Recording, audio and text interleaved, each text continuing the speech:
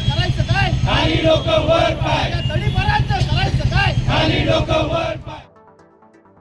पिंपरी चिंचवड़ में NCP party ने केंद्रीय मंत्री अमित शाह द्वारा एनसीपी अध्यक्ष शरद पवार पर लगाए गए भ्रष्टाचार के आरोपों की कड़ी निंदा की।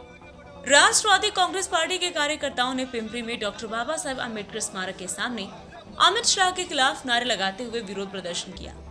जब अमित शाह शरद पवार पर आरोप लगा रहे थे तो मंच पर उनके पीछे भ्रष्ट नेता बैठे हुए थे।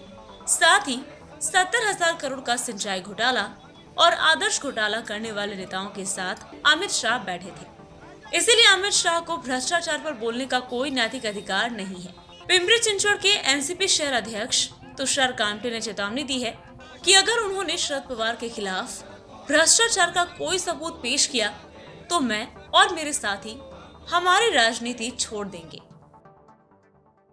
ज्या भ्रष्टाचार भाजपने यांचं अधिवेशन ज्या ठिकाणी आयोजित केलं होतं ती वास्तू माननीय पवार साहेब यांच्या संकल्पनेने उभी राहिलेली होती।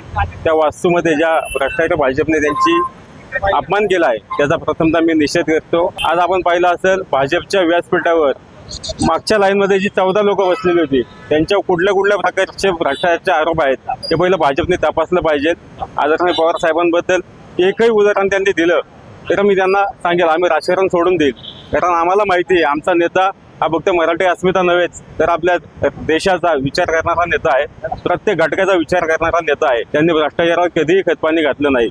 ज्यांनी भ्रष्टाचार केला त्यांच्या मांडीला लावून माननीय अमित भाई शाह हे बसलेले होते। ज्यांनी 70,000 कोटीचा भ्रष्टाचार केला त्या अजित पवारांना घेऊन ते बसलेले आहेत।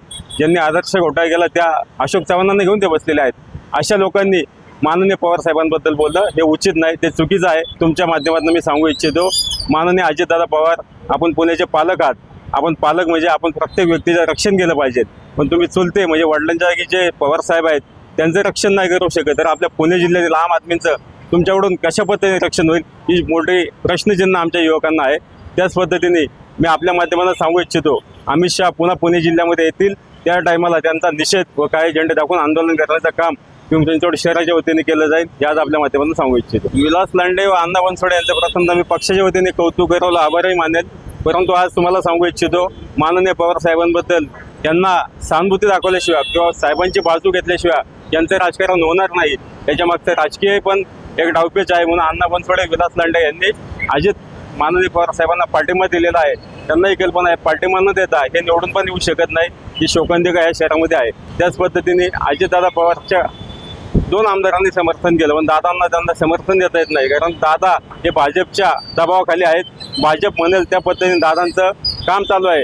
आमचा दादा हा वाघ होता, पुणे जिल्ह्याचा नव्हे महाराष्ट्राचा वाघ अजितदादा होता। आम्ही त्यांचे कार्यकर्ते होतो, आम्हाला अभिमान होता, पण ते भाजपमध्ये गेल्यापासून दादांची भूमिका बदलली, दादांचा स्वभाव बदलला, दादांचे विचार बदललेत। फुले शाह आंबेडकर माननीय पवार साहेब यांचे विचार सोडून दादा हे जातीवादी पक्षासोबत गेले। दादांचाही मी या ठिकाणी निषेध करतोय।